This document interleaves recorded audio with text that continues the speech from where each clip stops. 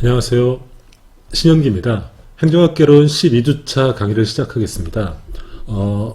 그 전에 오늘 이 강의가 공개되는 날이 이제 6월 1일인데 벌써 우리가 코로나19로 온라인 강의를 한다 안 한다 이런 얘기가 있었는데 벌써 이번 학기는 모두 온라인 강의를 하고 그것도 벌써 6월을 맞이한 거죠. 그래서 올해는 전 학기를 전 과목 전 수업을 이제 온라인 강의로 하는 초유의 사태를 맞이했습니다. 그리고 제가 시험 문제를 여러분들이 궁금해하시는 기말고사 시험 문제는 다음 주 정도 제출하겠습니다. 그래서 형식은 이제 중간고사랑 크게 다르지 않습니다. 그래서 이제 수업 내용 중에서 여러분들이 생각할 거리를 제시해서 쓰도록 하는 걸로 하겠습니다. 그리고 수업 방식과 관련해서 저희가 이제 12주차 이번 수업을 하고 13주차를 하면은 수업이 이제 끝나고 저는 이제 14주차 수업을 좀 토론 방식으로 종합 토론 이 수업에 관련해서 종합 토론을 하는 방식으로 좀 하고 싶습니다. 그래서 구체적으로 어떻게 할 건지, 왜냐면 이제 그냥 수업만 끝나고 밋밋하지 않습니까? 그래서 이제 어떻게 이 14주차 수업을 어떻게 할 건지에 대해서 제가 방안을 제시하겠습니다. 그러면 그거는 좀 이따 공개하도록 하고, 그러면 이것으로써, 행정학개론 12주차 강의를 시작하겠습니다. 오늘 강의할 내용은 인사행정에 관한 내용입니다. 인사행정은 누구를 뽑으실 것이고 그 사람을 어떻게 해서 교육시켜서 어떻게 열심히 일을 하게 될 것인가. 특히 이제 인사행정이니까 그러니까 누구를 공무원을 뽑을 것이고 그들을 공무원의 어떤 공무원들을 어떤 방식으로 구성할 것인가. 그리고 그들을 어떻게 교육훈련시켜서 그 훌륭한 자질을 유지할 것인가, 뭐 이런 식의 쟁점인데요. 그 문제에서 강의하도록 하겠습니다. 그러면은 12주차 수업을 시작하겠습니다. 14주차 강의를 어떻게 할지는 사실은 제가 이번 학기에 강의하고 있는 과목이 3개거든요. 그러니까 행정학개론과 그 다음에 이제 정책 분석 평가론이랑 사회정책론인데 이 14주차 과목 강의를 어떻게 할지는 이 세 과목이 공통적으로 적용되기 때문에 이 세 과목에다 모두 동시에 말하는 겁니다. 그래서 14주차 수업은 6월 15일 날 공개됩니다. 그리고 다음 주가 이제 기말고사 주간이 되는 거죠.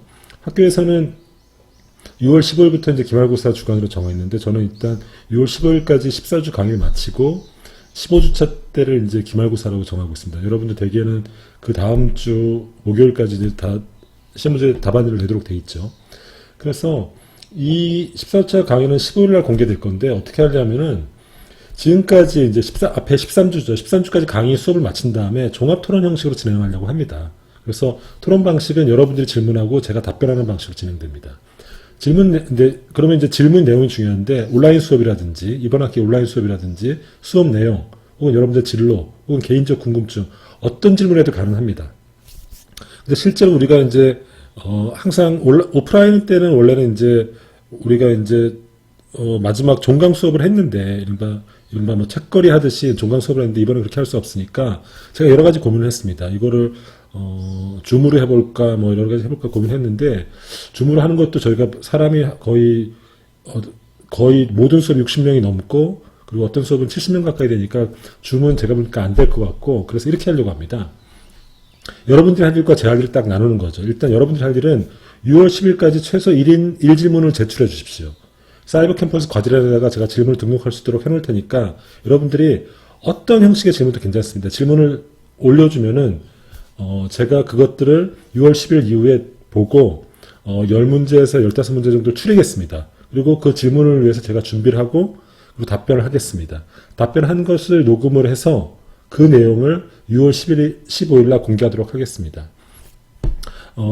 코로나19 때문에 우리가 비대면 수업을 하고, 그리고 이제 어쨌든 종강을 해야 되는데, 뭐 제가 이제 여러 가지로 어떻게 하면 이 수업을, 3가지 수업이죠. 행정학개론, 그 다음에 이제 정책분석 평가론, 사회정책론인데 어떻게 하면 마무리 잘할까, 어떻게 하면 조금 유종의미를 거둘까 고민을 했는데, 지금 방식에 그나마 조금 어떤 매듭을 짚고 가는데 적당하지 않을까를 생각합니다. 그래서 일단, 근데 이 수업이 잘 되려면 여러분들이 반드시 6월 10일까지 1일 1질문을 던지셔야 됩니다. 최근에 뭐 들어보니까 1일 1강 뭐 이런 게 유행한다 그러더라고요. 근데 1일 1강이 아니고 1인 1질문입니다. 6월 10일까지. 그래서 이번 과목을 듣고 여러분들이 개인적으로 궁금한 것, 뭐 어떤 것도 그거 외에 다 괜찮습니다. 그런 것들을 접수해 주시기 바랍니다. 그러면 그것들을 제가 여러분들 질문을 받아서 제가 답변을 준비하고 답변을 녹화해서 그래서 여러분들께 공개하는 방식으로 마지막 수업을 종합토론, 이제 종강입니다라는 주제의 마지막 종합토론을 하도록 하겠습니다. 궁금한 점이 있으면 역시 연락을 주십시오. 그러면 수업을 시작하겠습니다. 행정학개론 12주차 강의를 시작하겠습니다. 오늘 강의할 내용은 행정학의 분과 중에서 인사행정에 관한 얘기를 하려고 합니다. 우리가 저번 시간에는 행정조직 관리에 대해서 얘기하지 않았습니까? 그러니까 이번 주에는 이제 인사행정에 관한 얘기인데, 인사행정은 뭐냐면은 공무원이죠. 그러니까 인사행정에서 다루는 사람은 이제 공무원, 그러니까 행정조직 내에서 일하는 사람들에 대한 얘기니까 이제 공무원에 대한 얘기인데, 이들을 어떻게 채용할 것이고, 어떻게 교육훈련하고, 어떻게 보상하는 임금도 있고, 혹은 복지정책도 있고, 다양한 어떤 인센티브 제도죠. 그 다음에 이들을 어떻게 평가할 것이고, 평가와 보상은 붙어 있는 거죠. 그리고 어떻게 승진시키고, 그 다음에 이 사람들이, 공무원이 정년이 되면 퇴직하지 않습니까? 어떻게 퇴직해서 또 할 것인가, 뭐 이런 문제를 다루는 게 이제 인사행정의 영역입니다. 그래서 인사행정의 주요 기능을 보면 먼저 임용 기능이 있죠. 임용은 크게 내부에서 임용하는 것과 외부 임용을 하는 방식이 있습니다. 내부 임용은 그야말로 이제 수직적 이동과 수평적 이동이 있는 거죠. 그래서 수직 이동은 이제 승진하거나 혹은 강등시키는 거. 그 다음에 수평 이동은 이제 그 부서를 이동시키는 거죠. 전직, 전보, 겸임, 파견 뭐 이런 거죠. 외부 임용은 이제 이 내부 임용은 이제 내부에서 이제 승진이 일어나는 거고, 외부 임용은 이제 외부에 있는 비공무원인 사람을 어떤 시험이라든지 어떤 절차를 거쳐서 공무원으로 채용하는 문제죠. 그래서 공개 경쟁 채용이 있고 특별 채용이 있는 거죠. 우리나라 원칙은 공개 경쟁 채용입니다. 이른바 공무원 시험이죠. 그 다음에 이제 교육훈련 하죠. 이제 그냥 우리가 자질이 우수한 공무원을 뽑아도 이 사람들이 오랫동안 교육훈련을 제대로 받지 않으면 변화된 시대에 적응하지 못하지 않습니까? 그러니까 이제 이들을 교육훈련하는 게 중요한 쟁점인데, 그건 첫 번째는 신규 채용제 적응훈련, 이른바 OJT. 그러니까 이 공무원 업무에 적응할 수 있도록 오리엔테이션 하는 그런 적응훈련이 있고, 또 한편으로는 오랜 재직자들이 처음에 들어왔을 때는 굉장히 뭐 쌩쌩했는데 혹은 굉장히 똑똑했는데 그냥 타성에 졌거나 혹은 매너리즘에 젖을 가능성이 있지 않습니까? 이들에 대한 보수 교육을 해야지 계속 그 조직이 역량이 확대되지 유지되지 않겠습니까? 그래서 이런 사람들의 보수 교육, 이런 것도 쟁점이죠. 그다음에 동기부여. 동기부여는 저번에도 좀 얘기 말씀드렸지만은 인사행정에서도 굉장히 중요한 겁니다. 이른바 사람이라는 것들이 그 조직 내에서, 특히 행정조직에서 일하는 사람들 공무원인데, 공무원들의 어떤 동기부여, 그 사람들의 어떤 공직봉사 동기, 이런 것들을 항상 유지해줘야지 이른바 행정조직이 잘 굴러가지 않겠습니까? 공직조직이 잘 굴러간다는 것은 이제 국민에게 봉사하는 행정조직이 된다는 건데, 그러려면 그들의 사기라든지, 그들의 고충이라든지, 그 다음에 역시 사람은 이 월급, 임금과 관련돼 있으니까 이들에게 적정한 임금, 그 다음에 어떤 식으로 주는 것이 적정한 임금 체제인지 이런 것도 고민이 돼야 되겠죠. 그 다음에 우리가 공무원들을 선호하는 가장 중요한 원인 중에 하나가 이제 그러니까 연금이 잘 돼 있다는 거 아닙니까? 공무원 연금이. 그래서 공무원 연금 체제가 어떻게 되는지 이런 것들을 주요 인사행정의 주요 어떤 쟁점들입니다. 그러면 첫 번째로 첫 번째 쟁점인 임용의 문제, 즉 누구를 어떻게 뽑을 것인가. 여기서 임용은 이제 외부 임용이죠. 즉 이 어느 시대나 혹은 어느 나라나 공무원은 굉장히 특별한 존재죠. 왜냐하면 나란 일을 한다는 것 자체가 사기업이 아니라 국가를 위해서 공적인 일을 한다는 것 자체가 굉장히 특별하고 혹은 프리빌리지, 특권적인 일이기 때문에 누구나 공무원들을 하고 싶어 하죠. 그것은 역사적으로 그래왔습니다. 어느 나라나 마찬가지로. 근데 이제 누구를 뽑을 것인가가 쟁점이 되겠죠. 그렇게 되면은. 근데 지금은 공무원을 어떻게 뽑냐면 시험으로 뽑죠. 공무원 시험. 이제 우리나라는 5급 공무원과 일반 행정직 공무원 경우에는 5급, 7급, 9급 이런 식으로 이제 각 계급 간 구간별 시험을 뽑죠. 그 다음에 이제 사법 공무원을 뽑는 방식도 있고, 외국어 공무원을 뽑는 방식, 이런 것들이 따로 있는데, 실제로 어떻게 공무원들을 선발할 것인가가 중요한 쟁점이 되겠죠. 이거는 첫 번째 원인은 많은 사람이 원하니까 가장 공정한 방식, 이런 것들을 선택해야 되는 거죠. 또 한편으로는 뽑는 입장에서, 즉 행정부 입장에서는 가장 능력 있고 탁월한 사람을 뽑는 것들이 쟁점이 되겠죠. 그렇기 때문에 어떻게 뽑을까가 이제 중요한 인사행정의 중요한 쟁점인데, 역사적으로 공직을 선발한 방식은 크게 네 가지가 있었다고 알 수 있습니다. 첫 번째는 세습입니다. 세습은 이른바 귀족사회에서 그런 거죠. 우리나라도 조선시대, 고려시대 이후에 공무원 선발 방식 보십시오. 과거가 기본이었지만은 또 한편으로는 공신의 자식이라든지 혹은 어떤 높은 관직의 사람들은 음서제라고 해가지고 그 자절들을 관직을 등용하지 않았습니까? 특히나 왕족들 이런 사람들은 세습되는 거죠. 서양에서도 마찬가지입니다. 그러니까 부모가 귀족이면 자신이 귀족이 되고, 그래서 왕정에 나가서 왕과 함께 국사를 논의하고, 이런 세습이 기본이었죠. 두 번째는 선거로 뽑거나 추첨 뽑는 방식입니다. 선거는 지금 또 이제 자주 일어나니까, 지금 선출직 공무원을 뽑을 때는 선거로 하죠. 근데 과거에도 이제 선거로 뽑는 것이 있었고, 그리스라든지 혹은 이제 이탈리아 도시국가들 보면은 선거로 이제 공직을 뽑죠. 또 한편은 추첨도 있었습니다. 추첨은 잘 이해가 안 갈 텐데, 고대 그리스에서는 집정민주주의를 했다고 알려져 있지 않습니까? 그때 이 사람들은 민주주의를 실현하는 가장 합리적인 방법이 바로 추첨이라고 봤습니다. 이때 민주주의는 뭐냐면은 통치하는 사람과 통치받는 사람이 동일한 사람이잖아요. 그러면은 시민들 사이에서 추첨을 통해서 뽑으면은 누구든지 공직에 나갈 수 있는 거니까, 공직을 맡고 또 그 기간이 끝나면 다시 돌아오고, 또 추첨을 통해서 안 했던 사람이 다시 뽑히고, 이러니까 고대 그리스 사람들은 추첨이 가장 민주적으로 봤죠. 그래서 추첨을 통해서 공직자를 선발하는 거죠. 지금의 관점으로는 이해되지 않지만은 추첨으로 공직자를 선발했고, 이것이 가장 민주적이라고 봤던 거죠. 고대 그리스라든지 그 다음에 중세 이탈리아 도시국가들에서는 추첨으로 공직을 했었죠. 그리고 매매도 있었죠. 매매로 하는 방식, 매관매직이라고 하는 거죠. 돈 주고 사는 건데, 이런 거는 이제 근대 이전에 이런 게 그냥 횡행했었죠. 실제로 보면은 우리나라도 물론 있었고 외국에도 물론 있었습니다. 그러니까 귀족들이 궁정에 들어가서 왕과 함께 어떤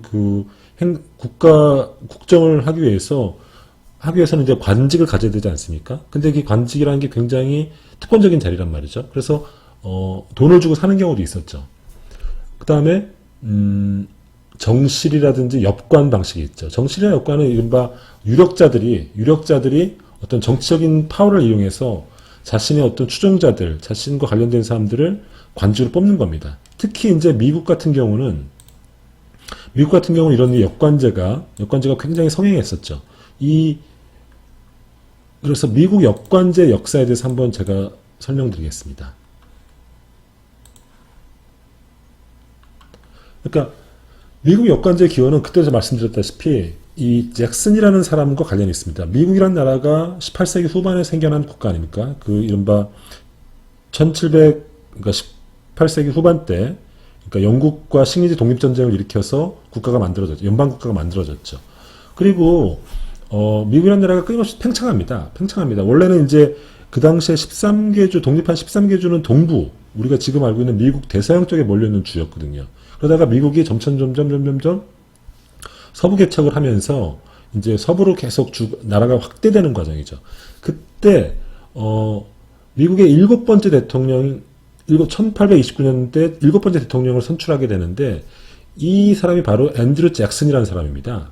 앤드류 잭슨은 여러 가지 의미가 있는데, 이 사람은 최초의 비동부 출신 대통령입니다. 그러니까 미국이라는 나라도 동부가 약간 귀족적이고 약간 특권층이었거든요. 근데 앤드류 잭슨 대통령, 이 사람은 원래 이제 귀족이 아니라 서부 출신, 오하이오 출신의 어떤 가난한 서민 출신입니다. 그리고 군인이었죠. 근데 이제 영국과의 전쟁에서 굉장히 고문이 많아가지고 국민적 인기가 높았죠. 그리고 실제 이 사람 자체가 아일랜드계 이민입니다. 그래서 이 사람이 대통령이 당선되는 거죠. 당선되면서 이 사람은 이렇게 생각하는 거예요. 미국이라는 나라가 신생국가가 건설된 이후로 완전한 민주주의 국가를 만들려고 유럽과는 다른 민주주의 국가를 만들려고 했는데 실제로 한 100여 년, 한 50여 년 정도 역사를 보니까 동부의 엘리트들이 계속 관직을 차지하는 거예요. 그러니까 이것들이 민주주의 이상과 다르다고 보는 거죠. 그래서 이 잭슨 자신도 서민 출신이지만은 그래서 이 사람은 공직은 아주 심플하고 간단한 얘기이기 때문에 기초적인 지적 능력만 가지면 누구나 수행할 수 있기 때문에 교대로 맡으면 된다라고 주장하는 거죠. 이른바 로테이션 시스템인데 이런 거죠.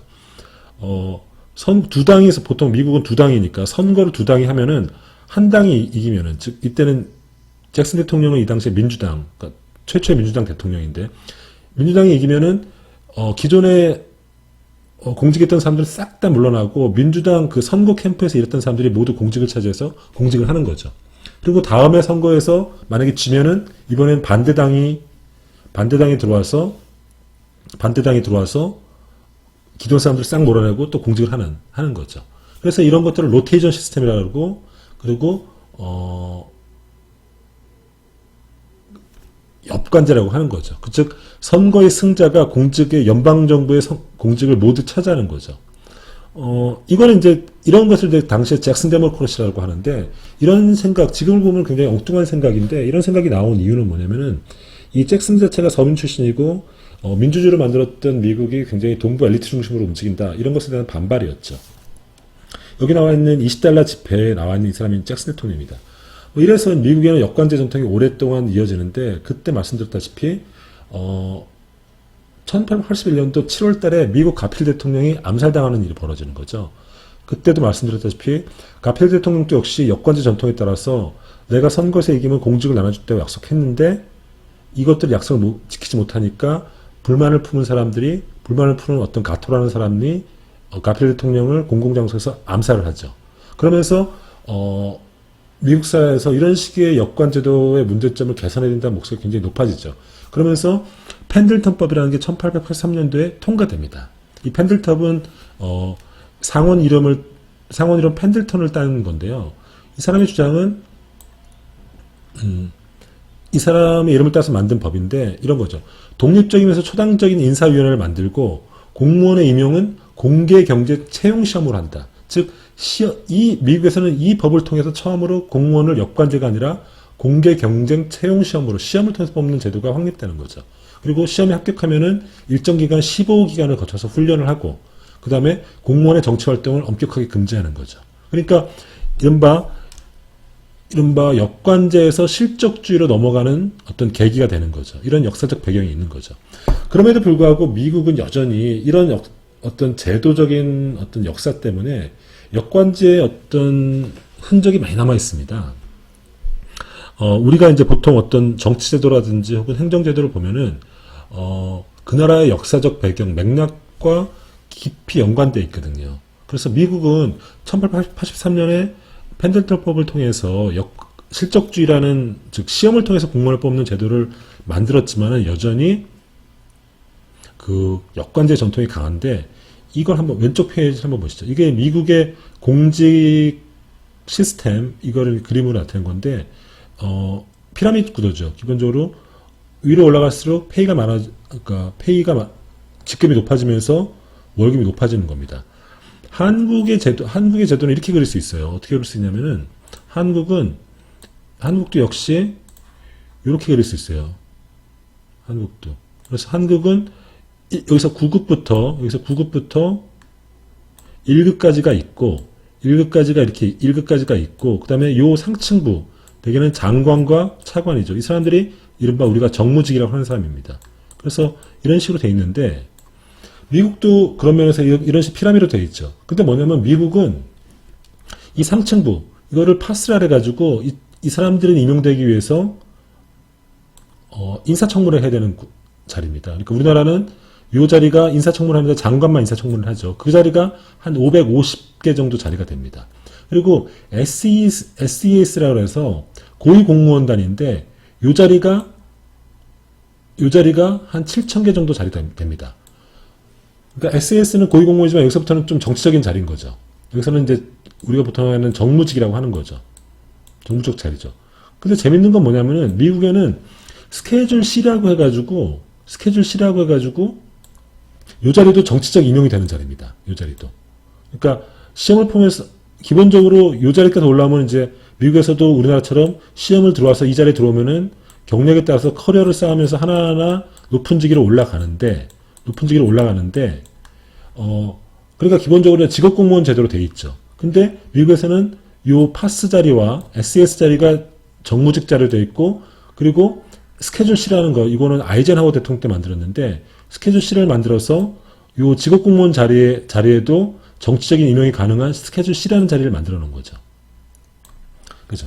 그래서 이 스케줄 C라는 자리를 만든 것들이 아이젠하워 대통령인데 아이젠하워 대통령이 왜 스케줄 C를 만드냐면은 그때도 말씀드렸다시피 루즈벨트 대통령 이후로 거의 민주당 대통령이 거의 1933년도부터 1950년 거의 20년 동안 민주당만 집권합니다. 그러니까 공화당 사람들이 거의 공직에 진출할 기회가 없는 거죠. 그러다가 이제 거의 20년 만에 공화당 대통령인 아이젠하워가 대통령이 당선되죠. 그러니까 공화당 사람들이 그동안 굶었지 않습니까? 그러니까 나도 막 자리 달라고 하는데 정치적 자리는 한정되어 있거든요. 그러니까 직업 공무원 자리 중에서도 정치적 임명이 가능한 스케줄 C라는 걸 만들었던 거죠. 이런 게 정치적 자리입니다. SES 자리는 고위공무원이라는 거고 우리나라도 이런 자리가 있습니다. 이건 뭐냐면은 기본적으로 공무원들은 시험을 봐서 들어온 다음에 경력에 따라서 차근차근 위로 올라가는 자리입니다. 근데 이러다 보니까 백악관이죠. 정치인들이 공무원들을 통제하기가 힘들어. 이들은 왜냐하면 이 사람 직업 공무원이고 그리고 평생 임기가 보장되니까 정치인들을 말을 잘 안 듣는 거죠. 그리고 정치인들은 선거에서 대통령 바뀔 수가 있는 거죠. 그러니까 이 공무원들을 통제하기 위해서 정치적 자리로 SES라는 고위공무원 자리를 만드는 겁니다. 그래서 이 자리는 정치적으로 통제하기 위한 거죠. 그래서 이런 것들을 만들어내게 되는 거거든요.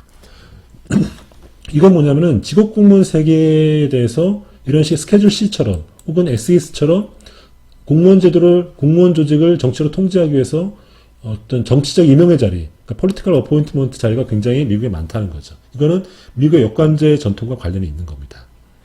실제로 보시죠. 미국은 어떤 부서에서 장관을 세크레터리라고 하지 않습니까? 그럼 우리나라는 언더 세크레터리, 차관까지만 있죠. 근데 미국은 세크레터리 다음에 장관 다음에 차관이 있고 차관 다음에 어시스턴트 세크레터리가 있습니다. 그다음에 그 차관 밑에 또 데피트 어시스턴트 세크레터리가 있는 거죠. 그리고 그 밑에 이제 캐리어 매니지먼트 직업 공무원 있는 거예요. 그러니까 한 자리, 두 자리, 요 세 자리, 네 자리까지가 그러니까 정치적 임명이 되는 거죠. 그러니까 여기에 두 개에 해당한 거죠. 이렇게 미국은 행정부 공무원에 대해서 정치적 통제를 하기 위해서 정치적 임명의 범위가 굉장히 넓은 거죠. 그죠? 이거는 실적제를 도입했음에도 불구하고 기존 미국의 어떤 행정조직의 역관제 전통이 강하고 또 그 다음에 정치인들이 행정부 조직을 통제하려는 목적 때문에 이런 정치적 임명의 자리를 많이 만드는 거라고 말할 수 있습니다. 그래서 이 19세기 이후에 이제 공직사회가 이제 실적에 의해서, 여기서 실적에 의해서 한다는 거는 이제 시험을 봐서 뽑는다는 건데, 실적에 의해서 공직을 선발하는 것이 각국의 제도화됩니다. 가장 먼저 된 게 이제 영국이죠. 영국은 1853년에 이 노스콜트 앤 트레벨리안 리포트가 만들어지면서 1870년대 추밀령법이 만들어지는데, 이건 뭐냐면은 미국식의 펜들트법입니다. 추밀령령에 따라서 공무원의 임용은 원칙적으로 공개 경쟁 시험을 뽑고, 그 다음에 재밌는 것은 영국의 어떤 전통은 뭐냐면 일반 교양을 강조하는 전통이 있습니다. 그래서 공무원을 뽑는데 이 공무원들은 우리처럼 뭐 특별한 어떤 능력을 보는 게 아니라 일반 교양, 여기서는 주로 이제 인문학적 소양이죠. 그런 것들로 공무원을 뽑습니다. 그리고 업무를 행정적, 지도적 업무와 기계적, 반복적 업무로 구분하는 거죠. 그래서 계급을 구분하고 채용시험을 계급별로 봅니다. 그리고 이 모든 공개경쟁 채용을 재무성이 관리하는 거죠. 그러니까 재무성이 이제 돈을 쥐고 있고, 실제도 지금 현재도 미국의 영국 같은 건 프라임 미니스터가 제1인자고 2인자가 재무부 장관이거든요. 챈슬러라고 하는 재무장관이 2인자인데 이 공무원 시험을 재무성이 관리하도록 하는 거죠. 그래서 영국은 1870년도 때 실적주의 임용이 자리 잡았습니다. 근데 이걸 좀 까놓고 보면은 어떤 맥락이 있냐면은 이런 맥락이 있어요. 이 당시에 이제 19세기 후반대가 글래드스톤이라는 자유당 정부, 자유당의 어떤 당수가 총리를 할 때 이 행정개혁이 이루어지는데, 이때 대원칙은 실적주의입니다. 더 이상 어떤 영국도 이제 매매라든지 혹은 뭐 세습에 의해서 이제 공무원을 하다 보니까 실적주의를 해야 되는 목소리를 높여서 실적주의를 도입했는데, 그래서 이제 행정개혁이라는 측면은 맞습니다. 근데 어떤 측면이 있냐면은 귀족 등 상류층 자제들이 공직 임무를 위한 제도라는 측면이 있습니다. 무슨 말인가 하면은 영국은 이제 귀족 사회이지 않습니까? 귀족들이 이제 왕과 함께 궁정에서 행정을 했죠. 정치를 하고. 그런데 이제 근대가 되면서 실적주의가 도입됐죠. 근데 실적할 때 공제의 경제신경을 보고 일반 교양으로 공무원이 되는 겁니다. 근데 이 시험을 치르면은 결국은 누가 되냐면은 옥스퍼드라든지 캠브리지 같은 어떤 그런 대학에서 그런 대학은 또 이제 인문학적 교양 교육을 강조하는 대학들이거든요. 이런 것들을 거친 상류층 자녀들이 모두 공직에 가는 거예요. 그러니까 실적주의라는 원칙을 내세웠지만 사실은 변화된 시대의 귀족들이 디스턴트자빈, 그러니까 선망하는 그 공직에 가기 위한 어떤 은폐된 제도적 수단이었다고 말할 수도 있는 거죠. 물론 이제 모두 귀족이 그런 걸 차지하는 건 아니죠. 차지하는 건 아니지만은 그런 어떤 제도적인 맥락이 있었다는 거죠. 그리고 아시다시피 영국이 이런 걸 도입했고 그 다음에 1880년대 펜들턴법으로 미국도 이 실적주의를 도입하죠. 13년 차이 나죠. 그 다음에 일본도 메이지 유신 이후에 근대관리제를 확립하면서 문관 임용시험을 제정합니다. 1893년이니까 10년 차이죠. 그러니까 일본이 얼마나 빨리 근대화되는지를 알 수 있는 거죠. 일본의 메이지 유신이 1865년이거든요. 1865년이란 말이죠. 65년 되니까 그 당시에도 일본도 사실은 천황과 함께 통치를 하는 것들이 그냥 사무라이든지 귀족들이었단 말이죠. 근데 세습됐던 자리인데 여기서는 이제 문관 임용 시험이라는 걸 도입하면서 실적주의에 기반한 종면 임용을 확립하죠. 한국은 1963년도에 국가공무원법을 개정하면서 공개경쟁시험에 의한 채용을 명문화하는 거죠. 그러니까 여기서 주목될 거는 영국에서 제일 빨리 시작됐고 그것이 미국의 펜들턴법에 영향을 줬죠, 당연히. 그리고 일본의 근대화되면서 일본도 공개 채용을 통해서 뽑는다는 실적주의가 도입됐죠. 근데 일본의 근대화가 얼마나 빠른지 알 수 있죠. 한국은 정부 수립 이후에 1963년 정도가 돼서야 이것들이 공개 경쟁 채용 시험이 명문화되는 거죠. 그죠? 그러면 여러분들이 질문할 수 있습니다. 그러니까 근대 관료제의 성립에서 가장 핵심적인 사항이 실적주의라는 거거든요. 실적을 통해서 관직에 나갈 사람을 한다는 건데, 그것은 기존의 이제 세습이라든지 매매라든지 뭐 이런 것 추첨이라든지 이런 방법을 극복하는 거죠. 미국 같은 경우 역관제를 극복하는 건데 이런 질문을 할 수 있습니다. 우리나라 과거, 조선시대 때 과거는 대표적인 실적제 아닙니까? 그죠? 그래서 그러면 우리나라 한국은 특히 우리나라는 고려시대 때부터 과거시험을 도입했다고 했으니까 특히나 그것들이 가장 잘 확립됐던 조선시대의 과거제도는 근대적인 실적제가 아니냐 물어볼 수 있는데 그 문제는 좀 이따 얘기하고 과거가 어떻게 이루어졌는지 한번 잠깐 설명해 보겠습니다. 과거 시험은 실적제가 맞습니다. 근대적 실적제는 아닌데 실적이죠. 왜냐하면 능력에 따라서 시험을 보는 거니까. 그러니까 지금으로 따지면 지금 이제 5급 행정고시가 지금의 조선시대를 따지면 과거 시험이죠. 그래서 조선시대 과거 시험은 모든 사대부의 급이죠. 그래서 어느 정도냐면은 5살 때 시작해서 평균 25세 30년 걸리니까 거의 30대 중반, 빨리 해도 30대 중반 정도의 시험에 합격되는 거죠. 그래서 조선시대 500년 동안 과거 급제자가 15,000명 정도고 평균 30대 후반에 됩니다. 우리가 잘 알고 있는 퇴계 이황 같은 사람도 과거 시험을 3번이나 떨어졌어요. 잘 알고 있는 정약용 이런 사람들도 이 사람은 20대 후반에 다 합격했는데 이 사람도 한 3-4번 정도 시험을 떨어졌고 시험에 유일하게 떨어지지 않은 사람이 우리가 잘 알고 있는 율곡 2 정도가 과거 시험에 떨어지지 않고 바로 붙어서 이제 조선시대 천대라는 거 아닙니까?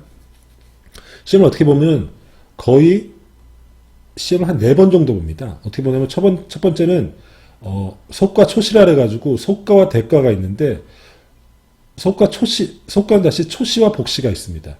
속과 초시는 우리가 생원시와 진사시가 있는데 생원 시험은 사서오경을 시험 보고요. 진사는 시와 부는 이제 논술입니다. 이것을 보는 거죠. 그래서 700명 정도가 합격합니다. 그러면은 속과 초시 합격한 사람이 속과 복시를 봅니다. 두 번째 시험을 보는 거죠. 이건 서울에서 보는 본고사죠. 그러면 합격이 되면 한 100명 정도 뽑습니다. 그러면 이게 7대1 정도 되는 거죠. 그러면 속과 복시에 붙은 사람은 성균관에 들어가서 그야말로 이제 대과를 준비하는 거죠. 그죠? 그러면 대과도 역시 문과 초시와 문과 복시가 있습니다. 그러면은 우리가 잘 알고 있는 성균관에서 공부해가지고 이제 속과를 붙어서 속과 초과의 2단계를 붙어서 성균관 유생이 돼서 대과 시험을 보죠. 그래서 문과도 초시와 복시를 붙어서 붙으면 이게 33명이 되는 거죠. 그래서 최종 합격자가 보통 시험은 2년마다 보게 되는데 2년마다 33명이 합격하는 겁니다. 그러면 이제 이른바 과기합격이죠. 그리고 우리가 이 중에서 1등이 장원급제인 거죠. 그죠? 이게 되는데 그러면은 33을 뽑는데 장원급제자는 어떻게 뽑느냐? 전시라는 걸 봅니다. 이제 여기까지가 이제 과거 합격한 겁니다. 그러면 이 합격자 중에서 이 33 합격자 중에서 전시를 봅니다. 그래서 3명을 뽑아서 1등, 이른바 1등이 되면은 종유품 자리를 주는 거죠. 2, 3등은 종칠품을 줍니다. 그리고 이들 3등, 그러니까 위에서 3등까지는 청요직이라고 하는 사원부, 사관원, 홍문관 자리에 배치하는 거죠. 그리고 을과의 7명, 병과는 23명이 됩니다. 그러면 이 사람은 종구품이 되는 겁니다.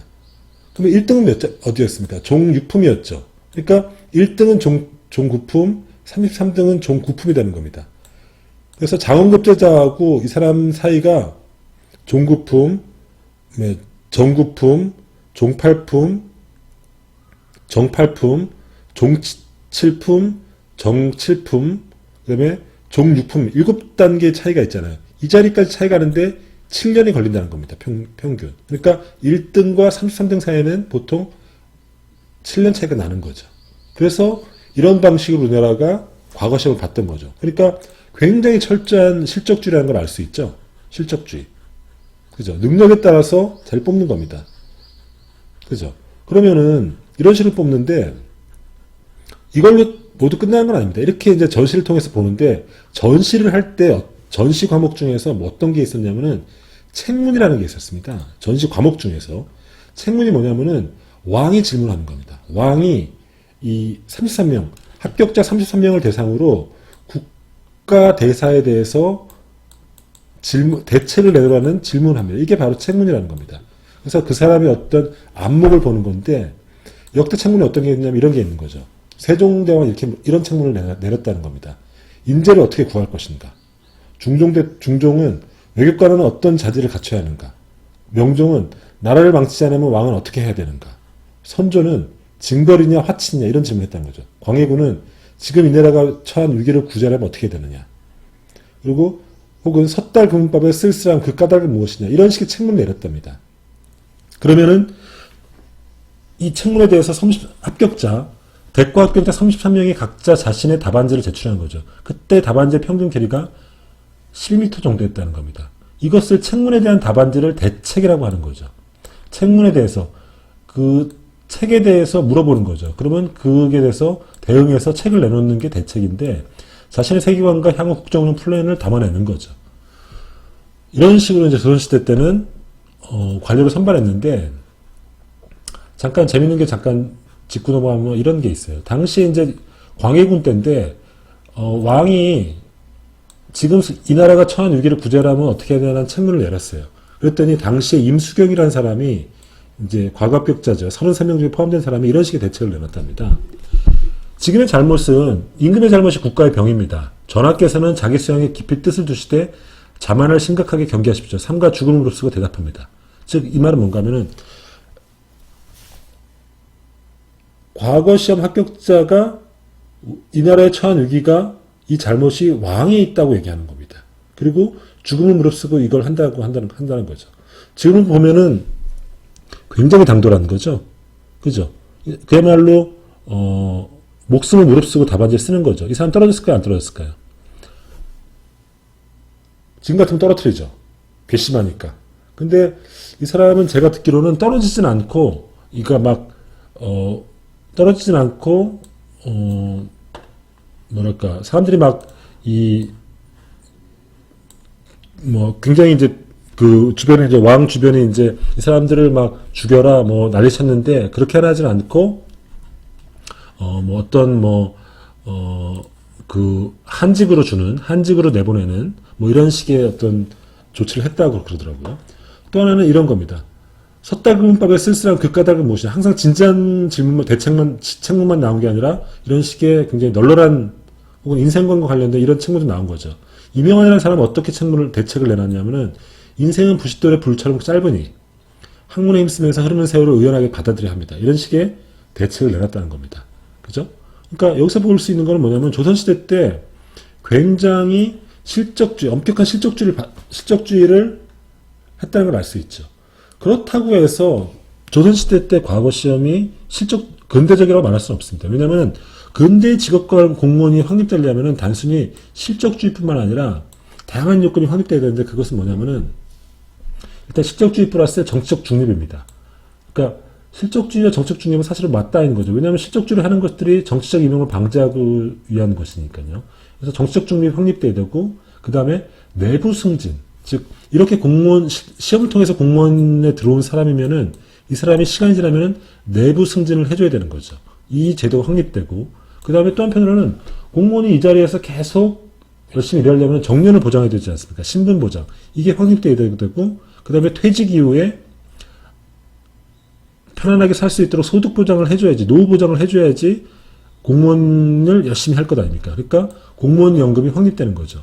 그래서 이른바 실적주에서 시험에 들어오고 그 다음에 내부 승진에 의해서 계속 위로 올라가고 그 다음에 나이가 차면은 최고 자리에 올라가서 신분이 보장돼서 우리나라 따지면 한 60세를 넘어서 정년을 보장하고 늙은 다음에 공무원 연금을 통해서 편안하게 노후를 맞이할 수 있도록 이 제도가 확립돼야지 근대적인 직업공무원제도가 확립되는 거죠. 그래서 근대 직업공무원제도는 이 실적주의, 내부 승진, 정년 보장, 공무원 연금 이 네 개가 확립됨으로써 근대적인 직업공무원제도가 확립됐다고 말할 수 있는 거죠. 장점은 뭐냐? 공무원들의 일체감과 단결심, 에스프리 코프라는 공무원의 어떤 단결심. 그러니까 보장을 잘해주니까 공무원도 나는 공무원으로서 국가와 민족을 위해서, 국민들을 위해서 헌신한다는 이런, 집단적인 어떤 단결심을 만들어주는 효과가 있죠. 공직에 대한 봉사정신을 강화할 수 있고, 행정의 안정성과 계속성을 유지할 수 있는 장점이 있죠. 문제점은 뭘까요? 이른바 철밥통이죠. 왜냐면 일단 공무원에 들어오면은 늙어 죽을 때까지 생애가 안전하게 보장되니까 굉장히 이른바 우리가 얘기하는 공무원처럼 되는 거죠. 그리고 무사한일주에 빠질 수가 있는 거죠. 왜냐면은 잘릴 우려가 없으니까. 그죠? 그렇지 않습니까? 이런 장단점이 있는 거죠. 그래서 국가별로 보면은 이런 것들이 이제 근대 직업공무원 제도가 확립되는 어떤 기본적인 요건인데 공무원의 직업공무원 제도를 분류하면은 이렇게 계급제랑 직위분리제가 있습니다. 계급제랑 직위분리제가 있습니다. 크게 말하면은 계급제는 사람 중심입니다. 한국 같은 게 대표적인 계급제 국가죠. 폐쇄형 내부 승진제고 종신고용제가 있고 순환보직하고 일반 공무원을 양성합니다. 아까 그랬듯이 한 번 공무원이 들어오면은 차근차근 연차에 따라서 올라가서 연차에 따라 올라가는 거예요. 내부 승진되고 종신고용이 보장되고 그 다음에 이 사람들은 주로 순환보직을 통해서 특별한 전문가라기보다는 모든 일들을 두루두루 알게 되는 이런 식으로 양성하는 거죠. 이런 계급제적인 운영 방식은 공무원제도 즉 관료제도가 오래된 국가들에서 주로 이런 제도가 확립됩니다. 영국, 독일, 프랑스, 중국, 일본처럼 역사가 오래된 나라들은 이런 식의 계급제도로 공무원제도가 확립되죠. 반대로 직위분리제는 뭐냐면은 계급제가 이제 사람 중심으로 되는 것 같지 않습니까? 직위분리제는 뭐냐면은 이런 유계적인 공무원제도 유계적인 똑같은데 먼저 자리가 있습니다. 어떤 자리가 있습니다. 그래서 이 자리마다 이런 직위들이 있는 거죠. 그래서 각각을 어떤 직위를 하고 어떤 일을 할지 이런 직위가 다 정해져 있죠. 그러면 계급제에서는 먼저 들어와서 여기 초임 요기를 했다가 승진이 되고 뭐 이런 식의 거치는데, 이게 계급제라고 한다면은 직위분리제는 뭐냐면은 요 자리를 중심으로 움직입니다. 즉, 요 자리가 만약에 공석이 나면은 사람들한테 요 자리는 어떤 일을 하니까 그러니까 지원해라고 하는 거죠. 그래서 이런 식으로 요 자리에 맞는 요 자리는 가령해서 어떤 일을 하니까 이런 경력을 쌓은 사람은 도전할 수 있다 공고를 내면은 요 자리에 사람들이 지원하는 거죠. 그러니까 개방형 충원 제도인 거죠. 그리고 계급제에서는 이렇게 나이가 들수록 계속 높은 자리로 올라가는데 반면에 직위에서는 요 자리를 죽을 때까지 하는 거죠. 거의. 그리고 요 자리를 못하면 잘릴 수도 있어요. 종신고용이 제한되고, 그 다음에 순환보직이 아니라 이 자리를 죽을 때까지 하니까 전문가 우선주의인 거예요. 전문가가 되는 거죠. 그래서 미국에서 이 직위분리제가 됐죠. 그리고 이쪽 일들은 동일 업무니까 거의 다 동일 보수를 주는 거죠. 그리고 실적에 기반해서 임금을 주는 거죠. 이런 계급제에서는 연공급제를 하니까 나이가 올라갈수록 지급이 올라가는데, 여기는 요 자리보다는 요 자리가 더 힘드니까 요 자리가 더 임금이 높은 거죠. 하지만은 요 같은 계열에서는 일의 어려움이 똑같으니까 같은 임금을 주는 거죠. 이런 게 직위분리입니다. 이게 미국식 제도인 거죠. 여기는 사람을 중심으로 계속, 지금 한국이 하는 거는 계급제죠. 여기는 미국식의 직위분리죠. 한국은 이런 계급제가 역사가 오랜 나라는 계급제를 하니까, 그리고 이런 게 장점도 있죠. 공무원제도의 안정성이라는 장점도 있지만 굉장히 무산이라는 문제가 있으니까 계급제에서 직위분리제적인 미국적 직위분리제로 넘어가려고 하는 흐름이 있는데, 그 나라의 어떤 제도적인 맥락 때문에 확 바꾸진 못하고 계급제를 기반으로 하되 직위분리적인 요소를 일부 도입하는 방식으로 우리나라 공무원제도가 운영되고 있습니다. 이 얘기는 조금 이따 하도록 하겠습니다. 그러면은 왜 국가마다 이렇게 이런 제도가 다르냐? 이거는 단순히 합리성의 문제는 아닙니다. 그 나라의 어떤 역사와 관련되어 있는데요.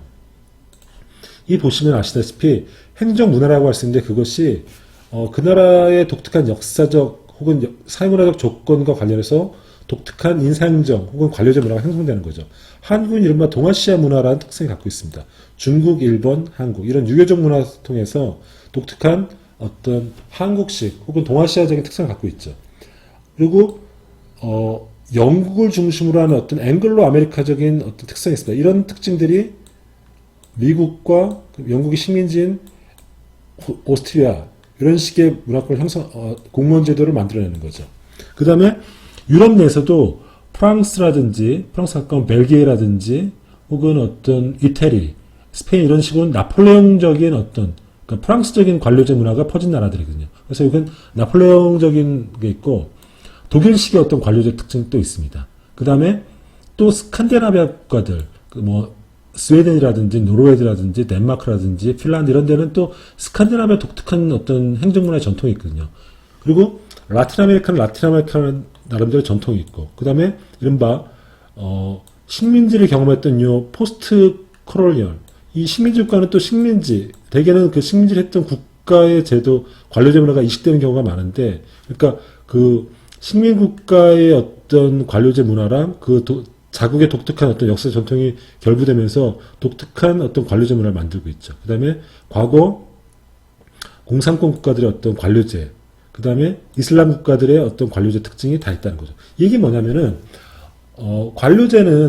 각국의 관료제는 그 나라의 독특한 역사적 전통에 따라서 다들 독특한 특성이 있다는 거예요. 그래서, 한국은 한국 나름대로 특성이 있는 거죠. 그리고 우리가 이제 이후에 근대화 후에 미국의 영향을 받으니까 미국의 직위공무원 제도의 영향을 받으면서 조금 변형이 일어나는 거죠. 이런 것들을 우리가 보통 말하는 비교행정이라고 하는 겁니다. 비교행정이라고 하는 건데, 그래서 이거는 각국의 어떤 독특한 관료제 문화, 행정 문화의 차이를 비교해보고 그런 것들이 왜 생겨났는가. 대개는 이제 역사와 사회문화적 조건인 거죠.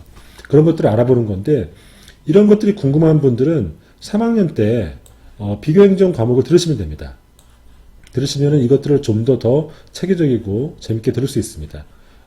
저희 과 3학년 돼서 이 과목, 이런 비교 행정, 각국의 관리 지문에 궁금한 사람들은 들으시면 되는 거죠. 그래서 지금까지는 이제,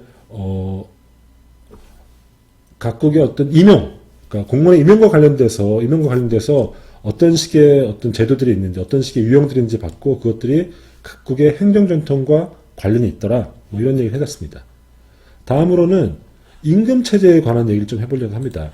공무원들이 이제, 혹은 공무원뿐만 아니라 모든 직업의 세계가 사실은 그 사람들에게 적정한 보상을 해줘야 되는데, 보상의 원칙은 사실은 월급과 가장 관련이 있죠. 임금과 관련이 있는데, 임금을 하는 원칙은 크게 연공급과 능력급과 성과급이라는 체제가 있습니다. 우리나라 공무원들은 기본적으로 연공급입니다. 연공급이 뭐냐면은, 나이가 들면 들수록, 이런 공무원 체제에서 나이가 들면 들수록 시간이 걸리니까 점점점 임금이 높아지는 거죠. 그래서, 나이가 들면 들수록, 시간이 흐르면 흐를수록 점점점 임금이 높아지는 제도입니다. 그죠? 이게 연공급입니다. 이거는 뭐냐면 생활보장을 안정하고, 생활보장을 해주고, 연령과 근무 연수에 따라서 임금이 높아지니까 생활 안정을 해주는 장점이 있죠. 근데 문제는 뭐냐면은,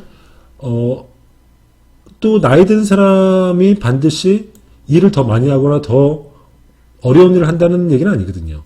오히려 아랫사람들이 더 일을 많이 하고 더 어려운 일을 할 가능성이 있거든요. 그러니까, 이른바 뭐랄까, 또 이런 문제도 있죠. 그러니까 임금 불평등이 있을 수 있고, 또 하나는, 갈수록 이 사람들의 조직 자체가 노후화되면 노후화될수록 임금 부담이 커지는 문제가 있죠. 그래서 하는 일 혹은 하는 능력에 따라서 임금을 주자. 즉, 그 사람이 하는 노동의 성격에 따라서 임금을 주자는 제도가 바로 능력주의와 성과주의입니다. 능력주의는 직무급과 직능급으로 나누는데, 직무급은 뭐냐면은 그 사람이 하는 직무의 내용, 무슨 일을 하느냐, 여기에 따라서 월급을 주자는 거죠. 굉장히 합리적이죠. 미국식 제도죠. 직무 수행 능력, 그 사람이 했던 직무 수행 능력이죠. 그 사람의 어떤 능력에 따라서 임금을 주자. 이른바 능력주의 임금 체제라고 할 수 있는 거죠. 성과는 뭐냐면은, 성과는 뭐냐면은 그 사람의 했던 일의 성과. 그러니까 일의 성격과 관련 없이 그 사람이 성과를 많이 냈다면 한다면은 거기에 비례해서 임금을 주자는 제도인 거죠. 그래서 요거는 나이에 근거해서, 요거는 노동에 근거해서, 요게 이제 동일노동, 동일임금과 관련이 있는 거죠. 근데 이것도 딱 정답은 없습니다. 왜냐면은, 그런 제도가, 발전되어 온 그 나라의 역사적 전통과 관련이 있는 거거든요. 그죠? 그래서 지금은 이제, 한국은 이제 이 계급제, 관료제는 계급제고, 계급제 플러스 계급제 플러스 연공주의 임금기수 체제로 되어 있으니까 굉장히 어떤 관료제의 안정성에 굉장히 유리하죠. 하지만은, 이 계급제와 연공주의 자체가, 이른바 꼰대, 나이 많은 사람들한테 우대하는 정책이니까, 뭐랄까, 조금, 활력이라는 게 떨어질 가능성이 있지 않습니까? 그래서 계급제에서도 성과급제들은 성과주의적인 인사제도로 변환하자는 주장이 있는 거죠. 그래서 성과 중심의 인사제도로 바꾸자는 주장이 있습니다. 근데 아까도 말씀드렸다시피 기존의 제도를 완전히 새로운 것으로 바꾸는 것은 불가능합니다. 왜냐? 이런 제도가 만들어진 역사적 그 나라의 행정 전통이라 있기 때문에 완전히 일루어놓는 건 불가능하죠. 그래서 기존 제도를 보존하되 이런 제도 갖고 있는 문제점을 보완하는 방식으로 부분적으로 새로운 제도가 보완되는 거죠. 그래서 우리는 크게 이런 연공세율 중심에서 성과 중심으로 이렇게 조금 하려고 하는 어떤 행정개혁의 흐름이 있었죠. 주로 1990년도에서 한 2000년도 초반 사이에 행정개혁이라는 게 일어나면서 기존의 어떤 계급제 플러스 연공급제를 어떤 직위분류제적인 요소와 그다음에 성과급제 요소를 가미하는 방식으로 행정개혁을 했던 게 있는데, 어떤 내용이 있냐면은 대표적인 걸 꼽아보면 이런 게 있습니다.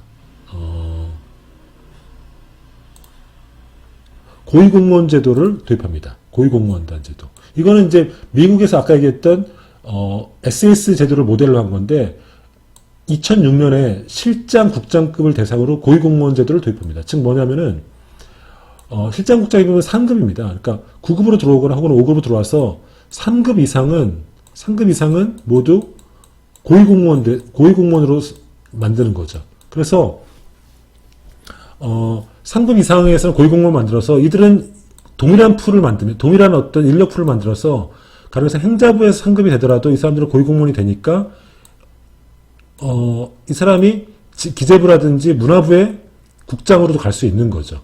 예전에는 이 고위공무원 데가 없을 때는 내가 3급이면 나는 그 부서에서만 1급으로 되는데 만약에 고위공무원단의 풀을 만들어서 이 중에서 능력 있는 사람이면 과거의 경력과 관계없이 그 자리를 채워주는 거예요. 실장, 국장 혹은 차관보, 차관 이런 자들을 채우는 거죠. 이게 고위공무원단 제도죠. 연공 서열이 아니라 직무 성과와 능력에 따라서 이 고위공무원들 사이에서 서로 능력을 붙이는 거죠. 그리고 이 고위공무원단의 제도는 이런 능력 혹은 능력에 의한 경쟁이라는 의미도 있고 또 한편으로는 정치인 그러니까 청와대죠. 블루하우스가 청와대가 공무원 조직을 정치로 통제하기 위한 목적도 있었다고 볼 수 있습니다. 왜냐하면 SES 제도 자체가 미국에서 카터 대통령이 이 고위공무원 제도를 도입하는 이유도 사실 그런 거였기 때문에. 두 번째 제도는 개방직 직위공무제입니다. 개방형 공무제입니다. 그래서 지금 기존의 계급제에서는 내부 승진에 의해서만 어떤 자리를 갖게 됐잖아요. 근데 개방형 공무제도는 가령 보통 자리가 이렇게 있지 않습니까? 이 자리에 뭐 이런 자리들이 있고 또 이제 이런 자리가 또 이렇게 이런 식으로 이제 공무원들은 이런 식으로 이제 관료제도로 구성되어 있는데 만약 이 자리가 빈다. 그러면 예전 같으면 이 자리를 누가 갑니까? 내부 승진으로 가죠. 근데 이 자리의 일부 자리를 외부로 개방하는 겁니다. 이 자리에 필요한 능력은 요런 거니까 이러한 경력과 능력을 갖춘 사람들은 지원해라. 그래서 외부 임용을 일정하게 허용하는 거죠. 이 개방형 임용제인데 1999년에 도입됐습니다. 공직의 내외를 불문하고 직위에 적합한 인재를 공개적으로 선발하는 거죠. 지금도 하고 있는데 제가 들어보니까 이렇게 공무원은 외부에서 하는데 그러니까 내부 사람들도 이제 거기에 공모에 응해야 되는 거죠. 과거 같으면은 자동적으로 자신의 자리가 됐지만 이제는 응모해야 되는 건데 실제 뽑는 걸 보면은 그냥 그 사람이 되는 경우가 많대요. 세 번째는 성과 중심의 인사관리입니다. 즉 2000년도부터 일정하게 성과급제를 도입하는 거죠. 성과급제 연봉제를. 그리고 성과 상여제. 그 성과에 따라서 상여금을 또 주는 거죠. 그 다음에 직무성과 계약제. 그러니까 고위공무원일 경우에는 요런 것들을 연초에 요런 것들을 한다는 직무계획을 맺습니다. 나는 요러한 목표를 달성합니다. 그리고 요런 것들을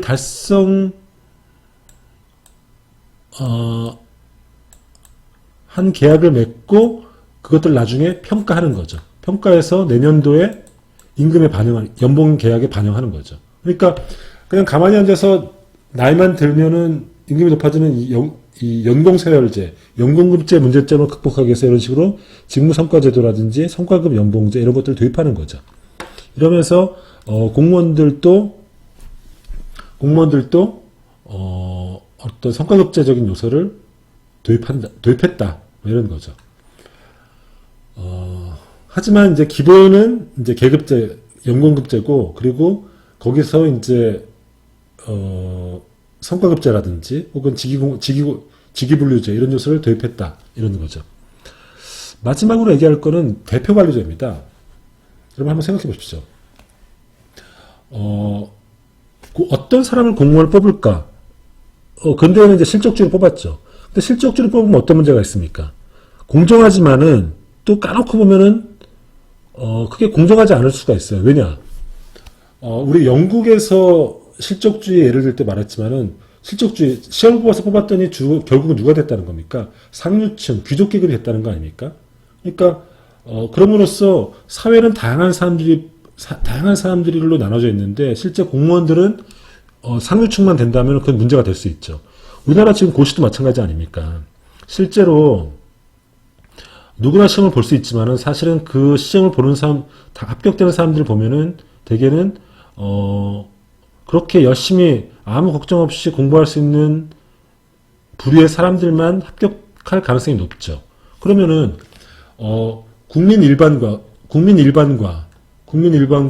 공무원 조직이 서로 사회경제적으로 서로 일치하지 않을 수 있지 않습니까? 그러면은 이 사람들이 결국 국가를 움직이는데 이 공무원들이 특정 계층이나 계급으로만 운영되면은 국민의 요구를 반영하지 않고 자기 일부분의 계층만을 이익을 반영할 가능성이 있지 않습니까?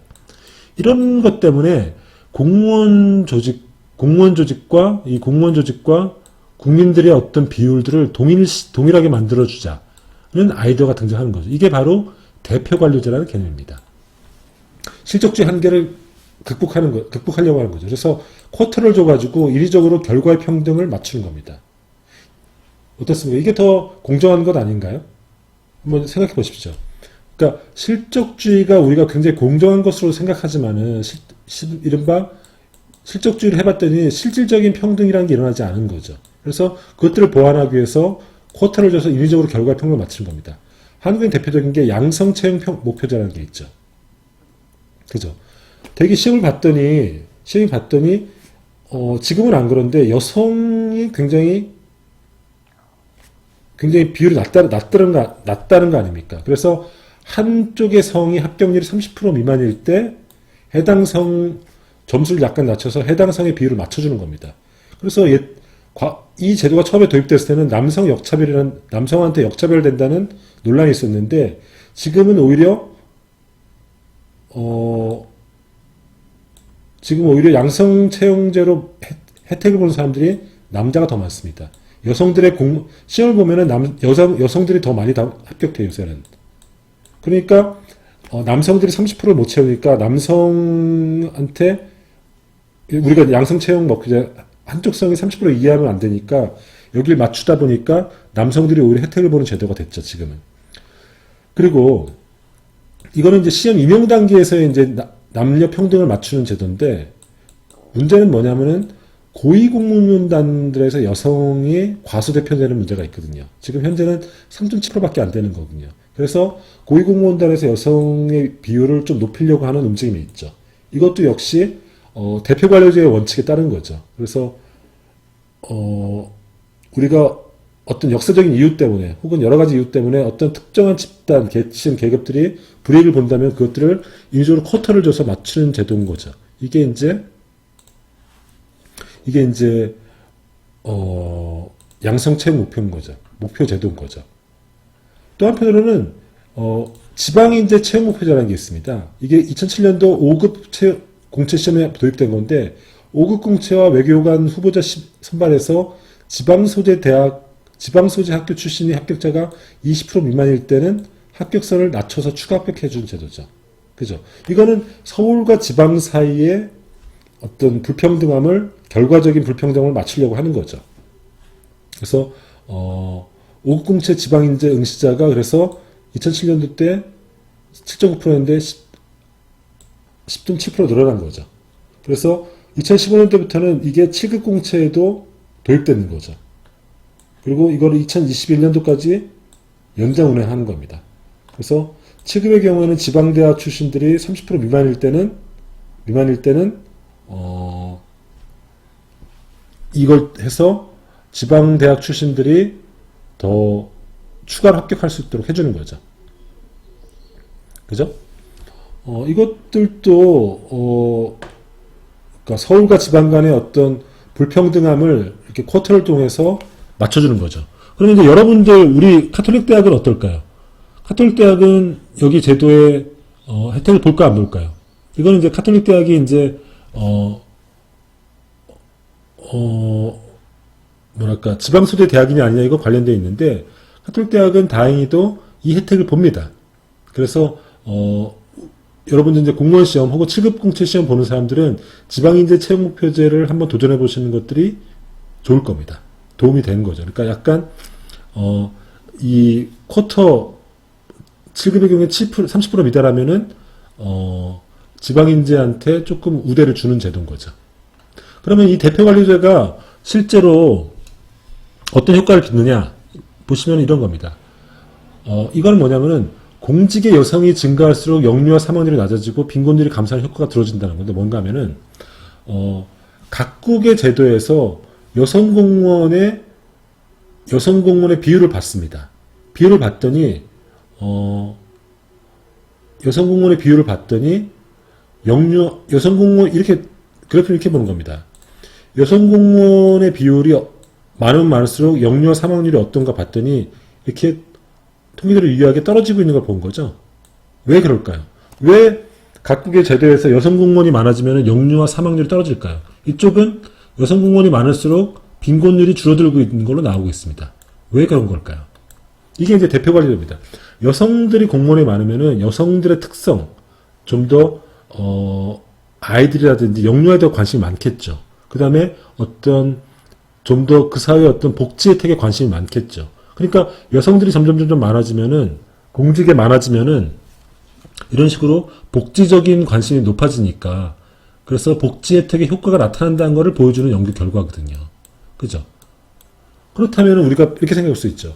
만약에 지방 출신들이 더 공직에 많이 공직에 많이 뽑힌다면은 수도권 위주의 정책보다는 지방에 혜택을 주는 지방과의 균형 발전에 더 많이 신경을 쓸 가능성이 많죠. 그리고 미국처럼 인종 간의 갈등이 많은 국가라면은 이런 어떤 대표 과제를 통해서 흑인들의 쿼터를 더 많이 준다면, 공무원 쿼터를 많이 준다면은 흑인들의 어떤 불평등한 처우를 개선할 식의 정책을 많이 주겠죠. 이게 바로 대표 관료제의 아이디어입니다.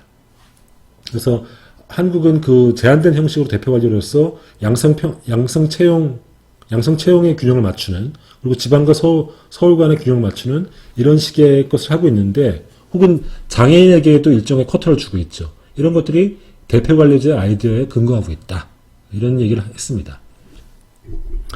제가 오늘은 조금 약간 강의를 조금 빨리 한 느낌이 있는데, 지금까지 어떻게 공무원을 선발할 것인가, 그리고 각국의 공무원 제도의 특성, 그 다음에 우리나라는 계급제와 연공급으로 되어 있는데, 이런 것들 갖고 있는 한계를 극복하기 위해서 일정하게 직위분리제적인 미국식의 직위분리제라든지 성과급제들을 도입하고 있다. 그리고 실적주의 임용의 한계가 있기 때문에, 그러면 이제 특정 계급과 집단만 과대대표되는 문제가 있기 때문에 모두의 정부를 만들기 위해서 대표관료제, 즉 인구 구성과 공무원의 구성을 비슷하게 맞추는 시도를 하고 있는데, 대표관료제라는 게 있다. 그리고 어떤 대표관료제로서 한국에서 도입한 것으로서 양성평등제라든지 지방과 서울의 균형을 맞춘다든지, 그 다음에 장애인들에게 일종의 쿼터를 주는 이런 제도를 하고 있다. 이런 말씀을 드렸습니다. 이것으로서 12조 인사행정에 대한 강의를 마치겠습니다. 이 강의가 관심이 있고 인사행정에 관심이 있다면 역시 3학년 때 인사행정 강의를 들으시면 됩니다. 인사행정 강의를 들으면 한 학기 내내 이런 쟁점에 대해서 강의를 들을 수 있는 거죠. 그러면 이것으로서 이번 12주 강의를 마치고 다음 주에는 실제 이런 PPT 강의를 마지막으로서 재무행정에 대해서 강의하도록 하겠습니다. 이것으로써 강의를 마치겠습니다. 수고하셨습니다.